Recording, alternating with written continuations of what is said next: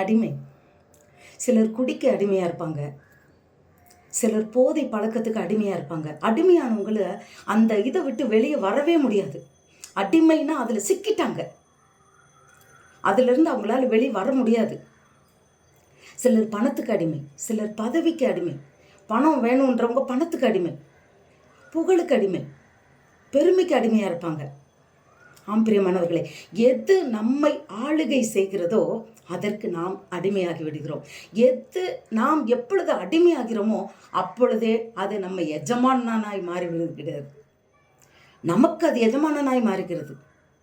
நானும் கூட அடிமைதான் பிரியமானவர்களே. யாருக்கு? இயேசுவின் கல்வாரி அன்புக்கு நான் அடிமையானேன். அவர் எனக்கு எஜமானன். அவர் என் வாழ்வில் என்றைக்கு எஜமானனாய் வந்தாரோ அன்று முதல் என் வாழ்க்கை அழகாய் மாறினது. அப்போ நீங்கள்